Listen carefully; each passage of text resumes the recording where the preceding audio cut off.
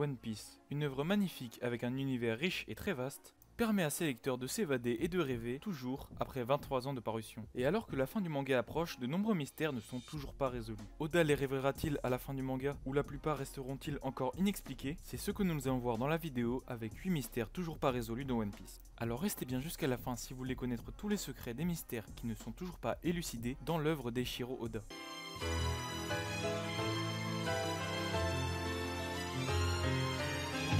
Et bonsoir à tous mes Nakama, ici Reichiro et Akira des Rocks Pirates, et aujourd'hui on a le plaisir de vous retrouver pour l'épisode 2 des mystères de One Piece. L'épisode 1 vous a beaucoup plu et c'est pourquoi on a décidé d'en faire une deuxième partie. Alors si ce type de vidéo te plaît et que tu veux soutenir la chaîne, n'hésite pas à t'abonner ainsi qu'à liker cette vidéo, c'est la meilleure des façons de soutenir notre travail et on vous en remercie. Et si tu veux passer du bon temps avec d'autres fans de manga ainsi qu'avec nous, on t'invite à nous rejoindre sur nos réseaux sociaux ainsi que sur notre Discord, tous les liens seront dans la description. Et sur ce, la vidéo peut enfin commencer.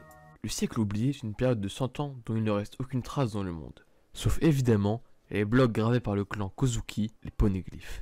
Cette période mystérieuse se situe chronologiquement il y a 800 ans, et tout ce qui s'est déroulé est dès lors méconnu et constitue une véritable énigme dans le monde de One Piece. Et actuellement, tout ce qu'il reste de cette période mystérieuse sont les fameux poneglyphes. Ces stèles mystérieuses éparpillées dans le monde entier, sur lesquels sont gravés des textes écrits dans une langue mystérieuse et connue seulement de quelques érudits, comme par exemple les démons d'Ohara avec Nico Robin, ou encore Gold Roger, ou bien le clan Kozuki. Et si on assemble tous les poneglyphes du monde, on découvre alors la vérité sur le siècle oublié, et cette vérité est appelée le Rio Poneglyph. Par conséquent, celui qui veut enfin connaître toute la vérité sur le siècle oublié, doit rassembler tous les poneglyphes du monde et les mettre bout à bout pour savoir la vérité. Et cette chasse n'est pas sans risque, car le gouvernement mondial persécute toutes les personnes qui savent lire les poneglyphes. Et on peut aussi supposer qu'une fois tous les poneglyphes rassemblés, il faut aller sur la dernière île, Raftel, pour enfin connaître la vérité, car il semblerait que cette île possède un réel lien avec le siècle oublié. À présent, nous allons parler des armes antiques. Les armes antiques sont des armes capables de détruire le monde et dont le gouvernement et les pirates cherchent à s'en emparer. Il existe actuellement 3 armes antiques. La première est Pluton, le gigantesque navire de guerre. Et c'est notamment Franky qui a brûlé les plans de ce dernier, et on ne sait toujours pas s'il possède encore une copie. La deuxième arme antique est Poséidon, la reine qui commande au roi des mers, qui n'est autre que Shirahoshi, l'allié des Mugiwara. Et la troisième et dernière arme antique est Uranus qui est encore pour ce jour inconnu. Leur nom fait chacun référence à un dieu de la mythologie romaine et à leur pouvoir, par exemple Poséidon, le dieu de la mer, qui représente le pouvoir de contrôler les rois des mers dans One Piece. Les armes antiques ont aussi un lien avec le siècle oublié. Le gouvernement mondial essaye d'empêcher les pirates de les chercher, car ils craignent que la connaissance de ces armes puisse entraîner une nouvelle guerre mondiale. Cependant, cela n'a pas empêché des membres du gouvernement mondial comme Spandam, ou encore l'ancien Shichibukai Crocodile de tenter d'obtenir ces armes pour ainsi eux-mêmes contrôler le monde et déchaînant des puissances incroyables.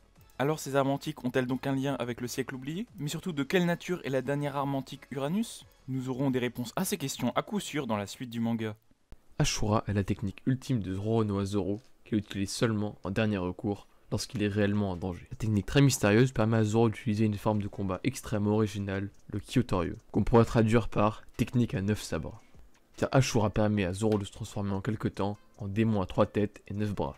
Il faut savoir que Zoro ne l'a actuellement utilisé que 3 fois dans le manga, une fois à Sabaody contre les pacifistas, une fois à Enies Lobby contre Kaku, et une fois contre Kaido dans le dernier chapitre sorti actuellement, le numéro 1010. Et actuellement, on ne sait toujours rien de cette technique dont Zoro n'a jamais parlé. On a hâte d'en savoir plus sur la technique spéciale de Zoro, car elle a peut-être un lien avec son œil fermé actuellement. Alors peut-être Ashura permet réellement à Zoro d'utiliser 9 sabres, ou alors est-ce seulement une illusion? Eh bien pour l'instant, on ne le sait pas.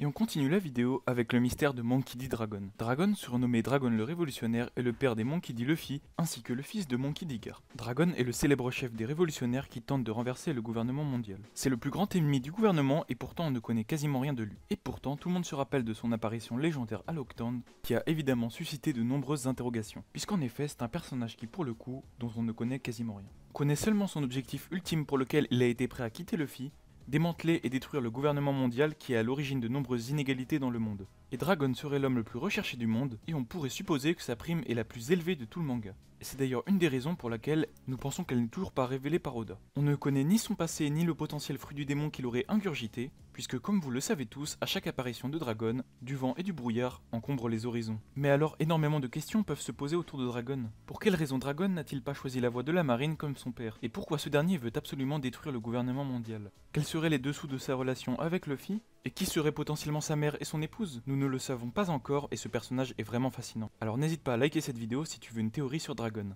Le chapeau de paille est le chapeau très spécial que porte le héros du manga, Monkey D. Luffy. Et c'est à cause de ce fameux chapeau que lui a valu le surnom Luffy au chapeau de paille ou encore Mugiwara no Luffy, à cause de ses ennemis comme Smoker, Crocodile et Barbe Noire qui leur surnommaient ainsi. Et le chapeau apparaît pour la première fois dès le chapitre 1 et c'est notamment l'un des principaux symboles du manga. Il se passe successivement de Gold Roger puis à Shanks pour finir désormais entre les mains de Luffy. Et ce chapeau a une réelle importance dans le manga, non pas seulement en tant qu'accessoire ultime de Luffy, qui est pour lui plus précieux que n'importe quoi, mais surtout en tant que symbole d'un message laissé par Gold Roger et par toutes les personnes qui l'ont porté avant, et cela a peut-être un lien avec l'histoire du Joy Boy. Et ce chapeau très mystérieux est d'ailleurs caché en version géante dans une salle souterraine de marégeoise en haut de Red Line. Et c'est ici que Im-sama vient étudier les portraits des grands pirates du moment. Alors au final, que signifie le chapeau de paille et quel est son rôle? Passons maintenant au Yami Yami no Mi, ou fruit des ténèbres en français. Le Yami Yami no Mi est un fruit du démon de type Logia qui permet à son utilisateur de produire, devenir et contrôler les ténèbres en le transformant ainsi en homme ténèbres. Et comme vous le savez tous, ce fruit a été ingurgité par Marshal D. Teach, qui l'a volé au commandant de la 4ème flotte de l'équipage de Barbe Blanche, Satch. Ce fruit est extrêmement intriguant et il pourrait être la clé du mystère que constitue Barbe Noire, qui est le suivant. Comment se fait-il que le 4ème empereur ait deux fruits du démon en même temps? Et comment fait-il pour voler les fruits du démon? Le fruit du ténèbre permet d'effacer le pouvoir d'un fruit du démon sur son possesseur, pourrait très bien permettre à son utilisateur de voler une fois dans les ténèbres le fruit du démon de celui qui l'attaque. Et c'est notamment ce qu'on a pu voir à Marineford pour Barbe Blanche. Ce fruit est dit unique, même pour un type Logia, et la capacité qu'il accorde est sans aucun doute la plus démoniaque. C'est très certainement le fruit le plus mystérieux et le Logia le plus fort de tout One Piece. Et si vous désirez en savoir plus sur Teach et son fruit du démon, on a notamment fait une théorie qui apparaîtra juste en fiche, et vous verrez cette vidéo répondra à toutes vos interrogations. L'équipage des Rocks était un équipage composé de pirates aujourd'hui de renommée et ayant été dirigé par le légendaire Rox Dixebeck. L'équipage a été actif il y a actuellement 38 ans et il a été dissous lors du fameux incident de God Valley, dont nous allons parler dès maintenant. Il a regroupé pas moins de 3 futurs grands empereurs, Big Mom, Kaido et Barbe Blanche, ainsi que Shiki le Lion d'Or et encore le Capitaine John. On peut le dire, cet équipage devait vraiment être surpuissant à l'époque et quasiment imbattable. Et il a sûrement représenté la plus grande menace de tous les temps pour le gouvernement mondial. Il semblerait que son nom et tous les événements auxquels l'équipage a été lié sont cachés par le gouvernement. Cet équipage a été dissous contre Garp et Roger qui ont fait alliance sur l'île de God Valley. Malheureusement, on n'en sait pas beaucoup plus sur cette île et sur cet incident, et cela nous étonne beaucoup. Surtout quand on sait que le gouvernement a ensuite voulu cacher l'existence de l'île où se sont déroulés les combats, et que l'île de God Valley a alors disparu. Il semblerait aussi que le dragon céleste soit lié de très près à cette île, notamment à cause de son nom, God Valley, comme les dieux célestes. Et après ce fameux incident, tous les pirates sont alors partis chacun de leur côté, créant ainsi chacun leur équipage. Et le Marine Garp a alors été propulsé au rang de héros, ce dont il n'est pas vraiment fier. Alors on a vraiment hâte d'en savoir plus sur le mystère de God Valley et sur l'équipage des Rocks. Zunisha est l'éléphant millénaire qui erre dans le Nouveau Monde. Ce dernier porte l'île de Zo sur son dos et il ferait 20 km de long pour 35 km de hauteur. Ses pattes sont incroyablement longues et totalement disproportionnées par rapport au reste du corps car elles touchent le fond de l'océan. Et c'est durant l'arc de Zo que Luffy et Momonosuke découvrent qu'il a une conscience. En effet, ce dernier leur parle et leur demande la permission de pouvoir riposter contre Jack. Et après cela, Pedro révéla que Goldie Roger et Kozuki Oden ont eux aussi entendu la voix il y a très longtemps, mais sans pour autant parvenir à communiquer avec lui. Sha semble entretenir de très bonnes relations avec la tribu des Minks. En effet, ce dernier déverse au moins 2 fois par jour, par l'intermédiaire d'une éruption pluvieuse, de l'eau de mer sur l'île qui leur permettent de s'approvisionner en poissons. Mais sa taille, Zunisha est évidemment doté d'une force physique exceptionnelle. Le type est habité constamment par des Minks sans pour autant montrer un semblant de faiblesse. Et comme vous l'aurez bien compris, un mystère rôde autour de Zunisha. Dans un passé lointain, la principauté de Mokomo s'est installée sur son dos. Et plus tard, Zunisha a commis un crime pour lequel il est condamné à errer pour l'éternité, et ce dernier ne peut agir que sur un ordre donné. Et c'est alors que depuis plus d'un millénaire, Zunisha erre dans les eaux du Nouveau Monde tout en transportant l'île de Zo sur son dos. Mais alors quel est le crime que Zunisha a commis dans le passé? Et ce dernier aurait-il un lien avec Lady? On espère évidemment avoir des réponses à ces questions dans la suite du manga.